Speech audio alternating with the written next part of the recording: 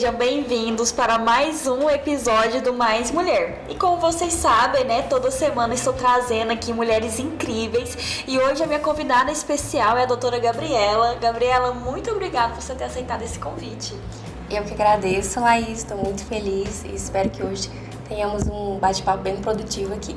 Perfeito.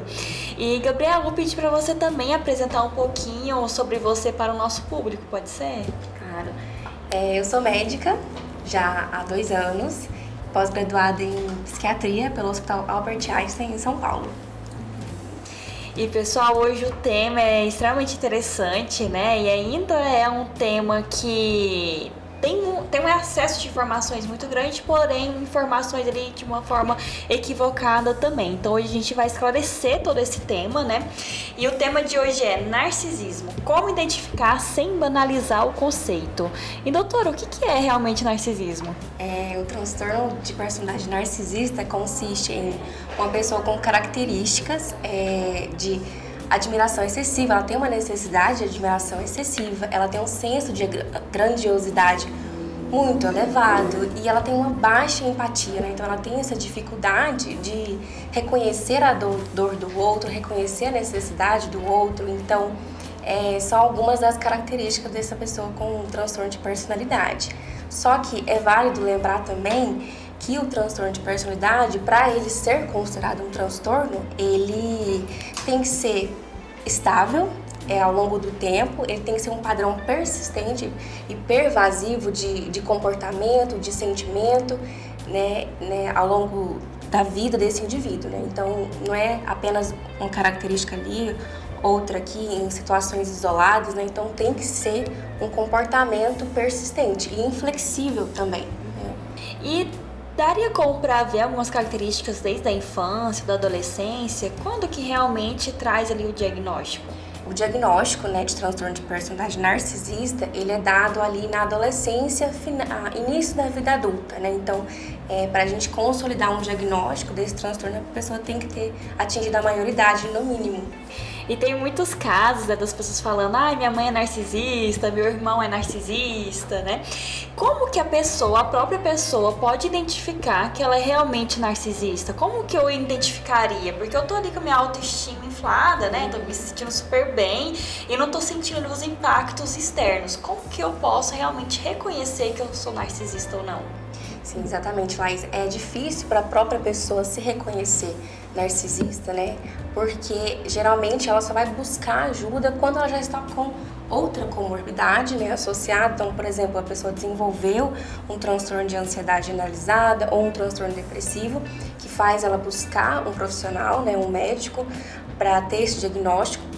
Ou quando ela está prestes a perder algo muito importante na vida dela. Então, a vida dela foi tão conflituosa ali pelo comportamento, pela persistência daquele comportamento, que aí ela está prestes a perder um cargo importante, ela está prestes a perder um casamento, e aí sim ela pensa em buscar ajuda, né? E às vezes a gente não consegue nem fechar esse diagnóstico em uma consulta só, porque é muito extenso, né? Muito vasto, a gente precisa avaliar vários contextos da vida da pessoa, né? Então, geralmente esse padrão de comportamento ele se repete ali no relacionamento amoroso, no profissional e relacionamento familiar. Então, assim, como você estava falando, né, tá muito em alta, né, falar esse termo, né, fulano é narcisista, minha mãe é narcisista, meu namorado. Então, assim, a gente tem que ter muito cuidado, porque às vezes são traços da personalidade, né? Às vezes a pessoa tem um traço narcisista, sim, mas a gente tem que observar se existe um padrão, se existe uma repetição daquele comportamento. E quais são os principais padrões comportamentais dessas pessoas? A pessoa com transtorno de personalidade narcisista, ela tem um senso, como eu falei anteriormente, ela tem um senso de grandiosidade, ela é a mais especial, ela é a mais importante, não é? Ela tem os melhores relacionamentos, é a pessoa mais bem relacionada, ela acredita que ela tem mais direito que os outros, né? Então, e fora o conflito, né, que existe nas relações, né? Então, geralmente ela tem um perfil explorador de relação. Então, essas são algumas das características que a gente pode identificar nessas pessoas, né? E elas também trazem ali um vitimismo muito grande ou não vai mais para esse padrão? Dificilmente, porque como que acontece, né? Essas pessoas, elas acham que elas são invejadas. Constantemente elas acham que as outras invejam ela por ela ser a melhor, né? Ela se considera a melhor. Então, ou ela acha que o outro a está invejando, ou ela inveja. Mas ela inveja não na forma como a gente conhece de querer ter o que o outro tem. Não. É uma inveja em que ela não quer que aquela pessoa tenha aquilo, porque só ela poderia ter. Só ela é grande, só ela é poderosa e poderia ter aquilo. O outro não. Então ela fica indignada quando ela vê outra pessoa conquistando aquilo. Por exemplo, na relação de trabalho ali, como que essa pessoa ascendeu num cargo e eu não? Não é possível, ela não é tão boa quanto eu. Então, e na forma, nos relacionamentos também, a gente pode perceber em que ela vai se valer de, a qualquer custo, atingir os seus objetivos, nem que aquilo custe a cabeça do outro, né? Então, pisar no outro, se for necessário, vai ter esse tipo de atitude, porque ela não se percebe, né? Dessa forma, ela acha que ela pode.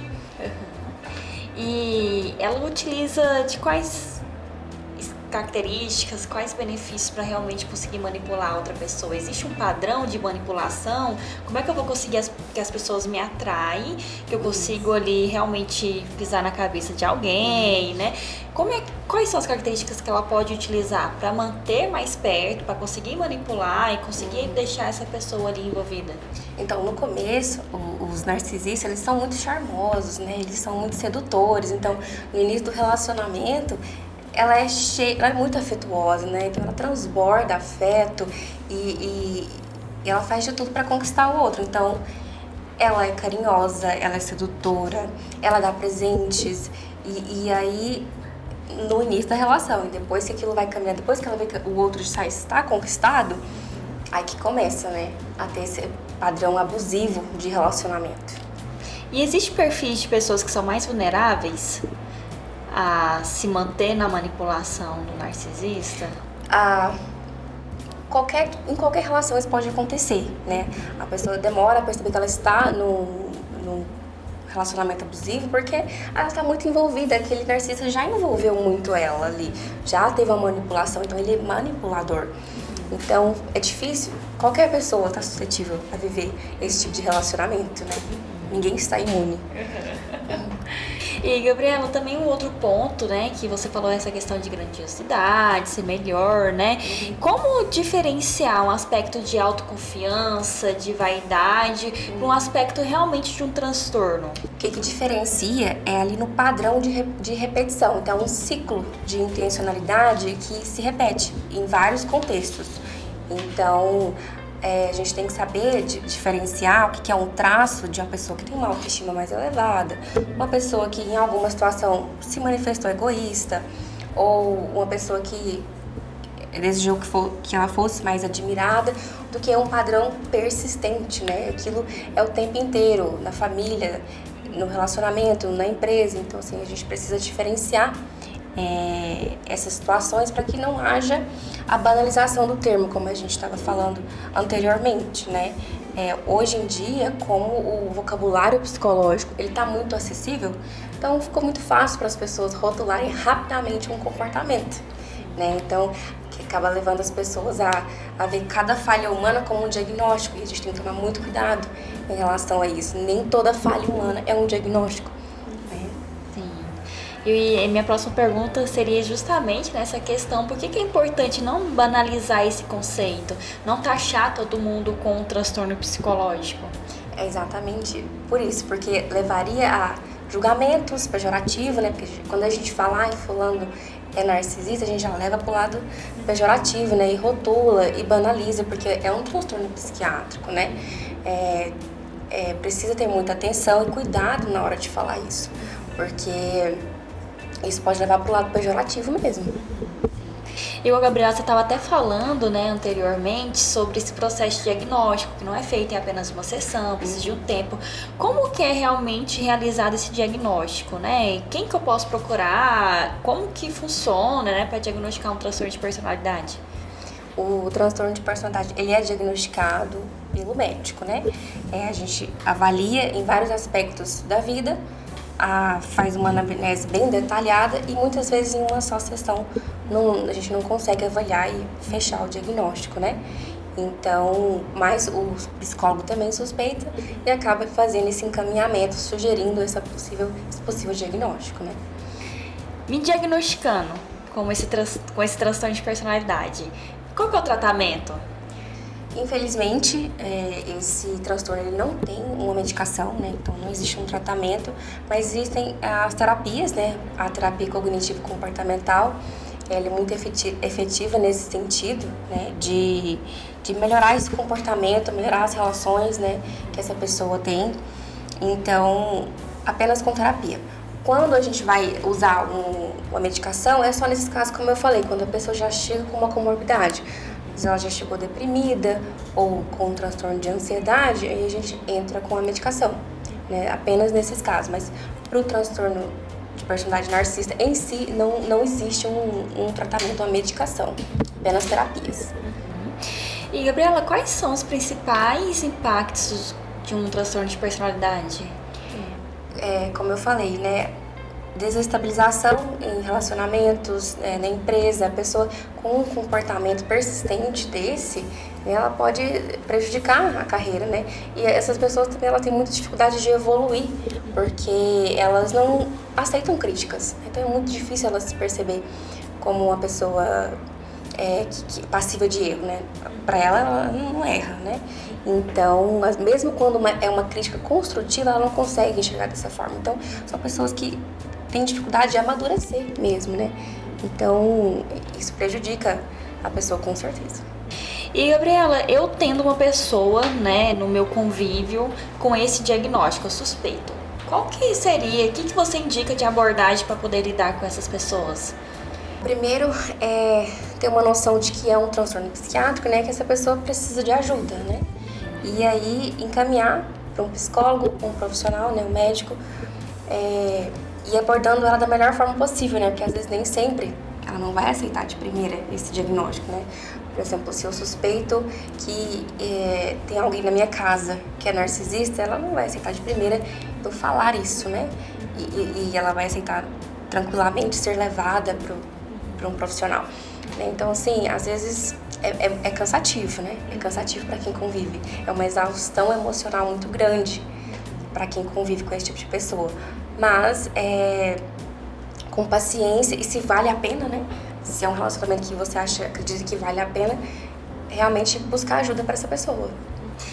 E, Gabriela, eu tenho um pedido, né, de uma das minhas pacientes, que eu tava conversando com ela ontem, eu expliquei, né, que eu estaria aqui com uma profissional, né, e ela pediu pra te perguntar, né, que ela suspeita que a mãe é narcisista, né, e existe ali alguns traços de competições, né, acaba ali desprezando, menosprezando ali as vitórias da filha, né, uma relação ali de uma certa forma muito controladora também. Então ela precisa sempre dar um parecer para a mãe, né? Nenhuma roupa legal, nenhum cabelo bonito o suficiente. Isso também seria um traço de uma pessoa narcisista? Sim, talvez, Laís, teria que considerar outros contextos, né? Porque geralmente nessas relações existe uma competição, né? Em que a pessoa narcisista, ela se sente maior, melhor, né? Então às vezes se essa mãe critica como uma forma de se sentir superior, talvez sim, seja indício de que tenha o transtorno de personalidade narcisista. Mas, mais uma vez, muito cuidado na hora de rotular, até porque esse transtorno nem é tão prevalente assim, né? Estima-se que apenas 1% da população tenha transtorno de personalidade narcisista mesmo. Às vezes ela tem traços narcisistas, né? Então, vale a pena ser observado. E você estava relatando essa prevalência, apenas 1%, pessoal, da população. Então, é uma quantidade, assim, muito reduzida. E 1% da população, e geralmente mais comum em homens, né? Sim. Então, essa quantidade de diagnósticos, né, da minha prima, da minha sobrinha, né? Cuidado. Precisa ali rever esses conceitos. E como você disse, existe traços, e só porque eu tenho traços não quer dizer que eu tenho realmente um diagnóstico de transtorno de personalidade, né? E em relação, né, igual aparece muito nas redes sociais também, agora a gente vai falar muito de mídias, né, porque acaba que tá vindo uma explosão muito grande de um conteúdo muito acessível ali, muitas vezes nem sempre realmente fidedigno, né? E eu queria entender também sobre esse pessoal, né, que acaba postando, eu tiro muita selfie, será que eu sou narcisista porque eu gosto de ficar me admirando, porque eu gosto de tirar muita foto, que eu gosto que tenha um tanto de likes, que eu gosto de um tanto de comentários, se ninguém comentar na minha foto não tá bom pra mim. Então, Laís, realmente pode ser um traço narcisista, sim, mas isso não necessariamente significa que é negativo. É bom para a pessoa ter uma autoestima elevada. Precisa ter autoconfiança, o ser humano precisa de autoconfiança, o ser humano precisa de ser admirado também, de certa forma, né? O que não dá é o exagero, né? Quando a pessoa vive em função daquilo, quando aquele padrão se repete em outros contextos fora, né, ali, redes sociais, né? Então, aí sim é um problema. Nesses casos. Sim. E em relação, né, à baixa autoestima, tem alguns casos de pessoas narcisistas com baixa autoestima e acabam ali buscando, de uma certa forma, validação para suprir essa baixa autoestima? Sim, sim. No geral, o narcisista ele tem uma fragilidade na autoestima. Então, muitas vezes esse comportamento é para validar ele mesmo, né? Para ele mesmo. Né? Mas então ele faz de tudo ali que for possível para que ele tenha a admiração, uma excessiva admiração, que ele seja reconhecido, né, como o melhor, o mais especial, né? Ele precisa do melhor tratamento, né? Ele precisa ser atendido pelos melhores médicos, né? Só ele conhece os melhores lugares, ele é bem relacionado, né? Então, sim.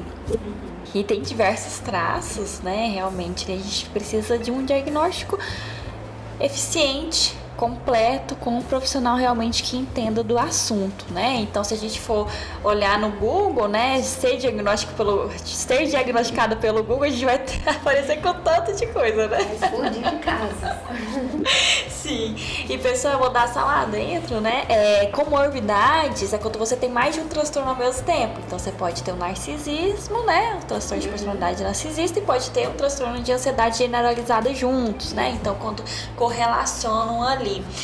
E, Gabriela, então eu queria, né, esse programa ele realmente foi feito para mulheres, né, mais mulheres, e tem diversas mulheres nos escutando agora, buscando, né, formas ali de se inspirar em outras mulheres. E eu queria, né, que você contasse um pouquinho da sua trajetória, como que você fez isso chegar até aqui, qual dica você daria para mulheres que estão ali no início de carreira, que estão buscando se profissionalizar, buscando realmente uma carreira de sucesso? A minha trajetória foram faculdade de medicina, né? E a pós-graduação em São Paulo, em psiquiatria. E aí, por fora, a gente sempre tem que fazer cursos, né? Frequentar congressos e palestras, né? Para sempre se informar e aprimorar os nossos conhecimentos, né? E acho que essa é a mensagem que eu deixo, né? Sempre em busca de mais conhecimento para te capacitar mesmo, para alcançar os melhores lugares possíveis que nós merecemos. E, Gabriela, agora eu queria, né, deixar esse espaço para você falar onde você atende, é online, é presencial, somente em Goiânia, como que as pessoas poderiam te encontrar? Sim, eu atendo presencial numa clínica em Aparecida de Goiânia, também faço consulta, telemedicina, né, então posso deixar meu contato aqui para quem tiver interesse em passar por alguma consulta. Eu faço consulta online. Perfeito. E, pessoal, já agenda a sessão de vocês, é um profissional incrível, né? E, Gabriela, realmente eu queria agradecer por você ter aceitado esse convite. A conversa foi, assim, magnífica, né? Então, você trouxe de uma forma muito clara sobre esse conceito e eu consegui entender bem, compreender bem, né? Eu tô até aqui mais crítica, né? Então, pra gente não banalizar esse conceito, espero que realmente vocês também tenham sentido dessa mesma forma. E, mais uma vez, realmente obrigada, viu? Obrigada, Laís, pelo convite. Eu amei o nosso papo aqui. E, pessoal, ficamos por aqui. Então, na próxima semana teremos mais convidadas. Se você gostou, curta e compartilhe. Deixe o seu comentário aqui e a gente se vê na próxima.